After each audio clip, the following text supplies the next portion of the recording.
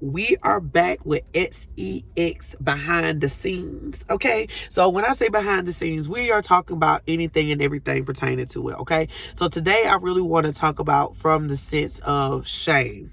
Okay, is many people are very ashamed of having multiple partners, not having enough partners, or being judged or feeling like they're going to be judged because of their sexual experiences or lack thereof.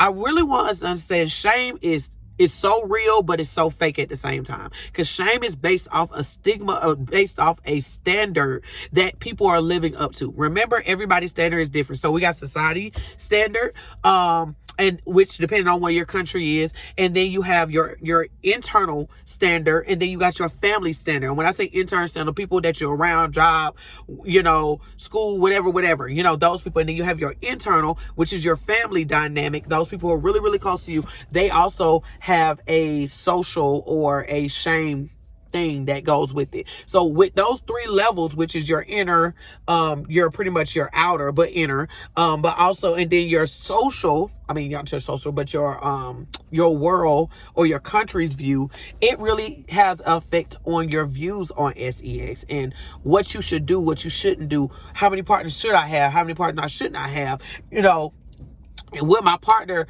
assume I'm a garden tool because of that? Like, those things are really hard, and it's not just for women per se. Men have their own way of viewing. Man, I'm supposed to have a bunch of partners. If I don't have enough partners, then how can I please such and such and such and such? Or how can I do something without practice and all this stuff like that? But then internally, some of those guys don't want to be as sexually active with so many women. They may choose to only have a couple, but they're lying based off society. They're lying to their homeboys, or even kind of lying to a female to make it seem like he got more experience than he do. And I feel like that is an issue. That is a huge issue because it's rooted in shame. It's rooted in, I don't want to be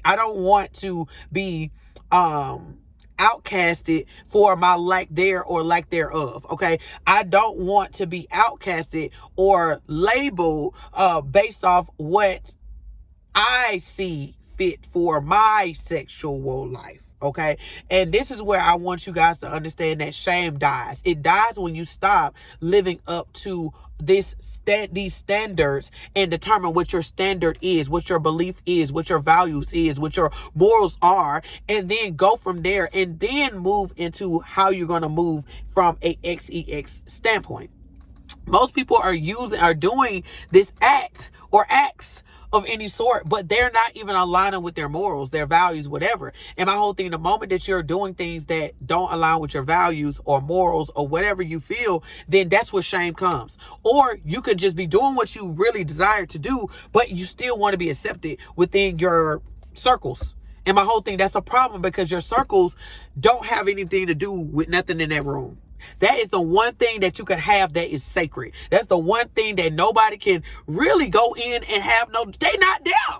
Okay? They don't have no say so. This is the one thing you could truly say that nobody have no impact on but you. You choose who, you choose how. Now, I'm not talking about it from abuse standpoint. That's totally different. We're not talking about that. That's a whole nother conversation for a whole nother day.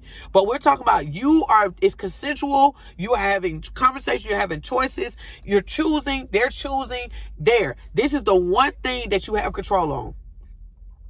And society should not be the one determining how you want to do that. You need to determine what your standards are, what your values are, what you want is, and then go from there.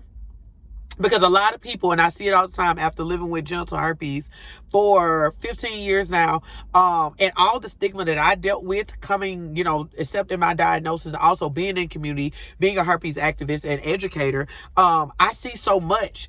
And even talking to people who never had herpes, talking to people with HIV, talking to people who had gonorrhea, chlamydia, trichomania, whatever, syphilis, it's a heavy shame. And when I really start talking to them, which I do talk to people one-on-one, when I start talking to them, I start to realize the shame has nothing to do with their standards. The shame has nothing to do with their values or their beliefs.